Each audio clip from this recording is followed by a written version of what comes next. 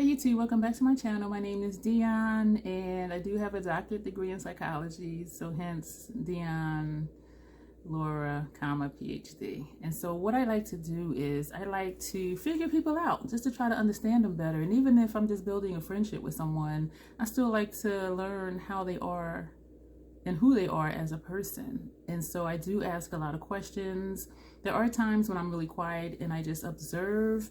And at the same time, when people say things to me, I'm just like, where did that thought come from? And so this video is about when someone says something to you about something you do, are they projecting how they feel about themselves? Are they projecting what their internal intentions or their internal motivations or their own self-reflections are? And so I'm going to give you a couple of real life examples. Because even at the time, I was perplexed. Like, why would they think I thought that? And so, someone had approached me online on FetLife, and they said something that really struck me the wrong way. And it was just one of those messages where they thought we'd be perfect because of stuff that they wanted me to do to them. And I'm like, no, that's not the way to approach people for a potential relationship, friendship, or a dynamic, speaking in BDSM world language. And so I explained to this person how you would approach someone. How about, hello, how are you? Say something that reflects something I wrote on my profile, or say something about what you have to offer to another person. And so I took the time to explain this. And I was sharing this with a person I know, an acquaintance of mine. And they were saying how, oh my gosh, like you were just so condescending to that person versus trying to help them understand how to approach people. And I'm like, what? And so I went back and read my message, and it really was saying, you know, you would have better luck or maybe get a better response or a more positive response if you just approach a person as a person versus saying, I think we'd be great because you can do this to me and I want you to do this and this is what I like, versus asking the person what they like or just reference their profile. And so I was kind of like, why would she think I was being condescending? And I did find out later that this acquaintance had a low view of herself. So I'm thinking, okay, so was she projecting? Or maybe did she approach people the way that this guy approached me? And so maybe that's how she felt when someone tried to explain something to her, that she felt they were being condescending or putting her down. And so I was just kind of like, like that's really interesting. Because what I was doing was the opposite of how she perceived it to be. And I was just kind of taken aback, like, why would she think that? And another situation is, let me know if you can see yourself in any of these examples that I'm giving you. And these are examples that really happened to me. I was at a conference, and I went to a conference with someone. Well, we went together. We even shared a room. Platonic, situation. And he was potentially going to be my slave. Even though this is my mental health relationship channel, there is some crossover between situations in the BDSM community, especially when you're building possible friendships and dynamics, that type of thing. So and that channel is in my link tree if you are interested in that stuff. So in one of the classes we attended, he was sitting on the floor, and I looked over at him, and I had probably a facial expression like this. And then I'm looking at the instructor, taking notes and everything. And then, a few days later, the dude said to me, and when we were at the conference in that class, you looked at me like you hated my guts, like you couldn't stand me. And I'm like, what? I do that a lot. What? I said, no. I said, I was looking at you like that, thinking that if I sat like that, it would hurt my hips and my knees. And he knows I'm a disabled veteran. I deal with chronic joint pain, fibromyalgia, nerve pain, just, different things I deal with in my body. And so really, when I was looking at him like that, I was thinking, because he was sitting with his legs crossed, like Indian style, as they say. And I was thinking, like, if I sat like that, that would be really painful. And I probably would need help getting up because of the pain I deal with even just sitting in a regular chair, let alone sitting with my legs crossed and folded over on the floor. And so I'm thinking, why would he think I'm looking at him like I can't stand him and I hate his guts? And then I thought, why would he think that I can't stand him or hate his guts when I invited him to go to this conference with me and we were sharing a room? We drove there in the same vehicle. So if I couldn't stand you and I hated your guts, why would I be spending a weekend with you at a conference and sharing a room with you at a conference? And so I was kind of just like, what? I told you I do that a lot, right? What? And so I kind of just dismissed it, but it was still like in the back of my mind. And then another situation happened. And finally I said, I really need to think about this. And as time went on, I thought, I need to do a video about this because I cannot be the only one that people are saying I'm coming across a certain way or a certain look when it's not that way at all.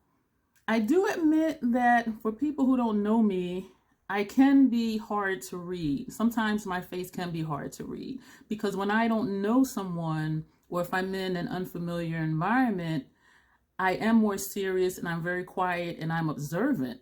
And so you may look at my face and not tell, is she having a good time? Is she not having a good time? Is she pissed off? Is she cool? Like, what's going on? People who are close, near, and dear to me, they can read my face regardless. And I can be just sitting there like this. And they'll come over and be like, what's wrong? You're like, you want to punch somebody in the throat. And I'll be like, yeah, you know what, such and such happened. And I'm so pissed off. But to somebody else, they may be like, okay, she's just sitting there chilling. And so it's kind of funny to me how people who really, really know me, they can read my facial expression regardless of the situation. Whereas people who are more so acquaintances, they think they're reading my expression, but they're reading it completely wrong. And so I just want to let you know to just be aware of how you perceive people to be, whether it's toward you or someone else, whether it's something they say, how they say it, or their facial expression. Another situation, this one, I was really just taken aback and I was actually surprised. I did consider her a friend. We had went out to lunch a few times, you know, and she was an organizer to one of the munches that I would go to. And she was telling me something about herself. And I looked at her like this. And she said, well, you just looked at me like, you bitch. I'm like, what? Like, seriously, I did. I said, what? She said, you just gave me this look like, you bitch. I'm like, no, I looked at you like that because what you just told me shocked me because I didn't know that about you. Like what you just said to me, I never knew about you. So I was just like, wow, that's interesting. Like in my mind, I'm like, that's interesting. But she told me, I looked at her like, you bitch. And I'm just like, why would you think I'm looking at you calling you a bitch? And so that's what made me really start to think these three situations in particular, and it happened over time, but it just kept coming back in my mind, like, why are people saying these things? And my conclusion is that they're projecting. If you're saying, oh, you're looking at me like you hate me and can't stand my guts, maybe it's something about them that they think if I knew, I wouldn't like them, or I would not agree with their behavior, something that I don't know about that they feel about themselves. And so they're internalizing my look as a reflection of how they feel about themselves. And they're projecting their self-loathing onto me instead of feeling like, okay, well, I know I feel this way about myself and I know I have these habits and these behaviors. I don't want to deal with that. So I'm going to just think that she's looking at me like she can't stand me when really it's something about themselves they don't like. Or this particular person that said, I'm looking at her like, oh, you bitch. And I'm looking at her like, I'm surprised I didn't know that about you. Then I'm like, why would you think I'm thinking you're a bitch? Like, we're friends. And so that's my conclusion, is that sometimes people are projecting. It was something about her that she thought I was thinking she was a bitch for, when I was really just shocked at what she told me because I never knew. And it wasn't even anything bad. I was just like, oh, I didn't know that. Like if I was friends with someone and I never been to their house and we always just met out somewhere because we were long distance and we would meet halfway for lunch or dinner or something like that. And if they were to say, oh yeah, I have 3 cats, I would be like, what? because I'm allergic to cats. And so that's just like, I never knew that. And sometimes people with pets, I can smell it on their clothing, or when I give them a hug, or I can see the fur on their coat or their shirt or whatever. And so there's things that people may say or do that surprise me. And I'm like, and people misinterpret that look. So the bottom line of this video is, don't jump to conclusions. Well, I'm not gonna say don't, because you can if you want to, but try not to jump to conclusions about someone's facial expression. If anything, ask them, what did that look mean? Or why did you give me that look? And say it in a neutral way versus, oh, you looked at me like you bitch, or you looked at me like you hate my guts and you can't stand me. No, that's not how I looked at you. I looked at you like that thinking if I sat like that, I would be in a lot of pain and need help getting up. I looked at you like that because what you said surprised me and I never knew that about you. So just ask people, what was that look for? Or what did that look mean, versus jumping to something negative? Because in my mind now, I'm thinking, if they're jumping to a negative conclusion about a facial expression I make, that's something internal that they're dealing with. It's something about themselves that they don't like. There's something about themselves that they think they're a bitch for, or whatever.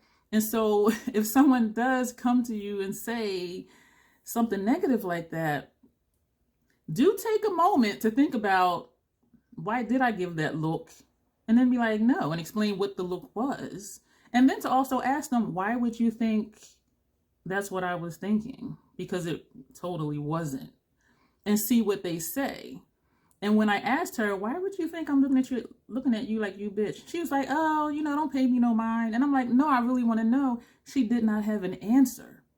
So again, I'm thinking, okay, there's something internal with her, which had nothing to do with me. So yeah, think about things before you say them to people. Ask questions. What was that look for? Versus just jumping to the negative. And also, if you really believe someone's giving you a negative look, ask them, what was that look for? And if it wasn't for anything negative, then ask yourself, why did I think they were looking at me like they hated my guts? Why did I think they were looking at me like I was a bitch? You see what I'm saying? So there's something going on up here in that person's mind when they think negative things, especially when you're not, but they're projecting that you are. So that's something to think about. Let me know your thoughts below. Give a thumbs up if this did give you something to think about, or if it's causing you to think about things that people have said to you and you're like, what? Like, that's not at all like what I was thinking. Another true story about how I can be hard to read. I tried so hard. I was in a workshop and we had a task. It was about like body language or something. And the task was to try to project that you really disliked somebody. And this was a class full of people that I think I knew 2 people I was co-workers with. It was a class of like 20 something people. So they paired me with someone I didn't know. And so I'm looking at her thinking, I can't stand this bitch. I hope she get hit by a car and die, this motherfucker. And in my mind, I am just like cursing her out, but we weren't supposed to speak. So I'm just like, I'm making faces like that. So after it was over, I said, what did you think I was? This is so funny to me. I said, what did you think I was thinking? She said, you were giving me this sensual look like you wanted to kiss me. And I'm like, what? I was like, actually, I was thinking, I hope you die. So I'm trying to project anger and hatred. And she was like, no, you look very sensual. And I'm like, what? I really do that a lot. What? That was just. So then I'm thinking, maybe I should have looked at her like I wanted to kiss her. And then she might have thought I was looking at her like I wanted her to die. Like, it was just really just crazy how that situation happened. And I know I can be hard to read, but trying to look like you hate someone and they're telling you you look sensual, it's just like, really? Like, I need to work on that. I hope you enjoyed this video. At least we're entertained. Hopefully this did give you something to think about. Your own facial expressions, how people may perceive them, which you won't know how they perceive them unless they tell you. And then to question them, like, why would you think that? Or if you see someone make a certain facial expression directed at you, ask them, what did that mean? What was that facial expression for? And then just have a conversation versus jumping to the negative. And if they jump to the negative with you, ask them, why would you think that? And then tell them what you were thinking, and hopefully have a discussion on what their thought process was behind what they thought your facial expression was. And I hope that made sense. And so that's it for this video. You'll see me in the next one. Leave any comments or questions below, or if you would like my opinion on anything from a clinical perspective, let me know. And all of this is a part of my process in trying to figure people out. Like, why would they think this facial expression said this when it really wasn't? And so you will see me in the next video. Thanks.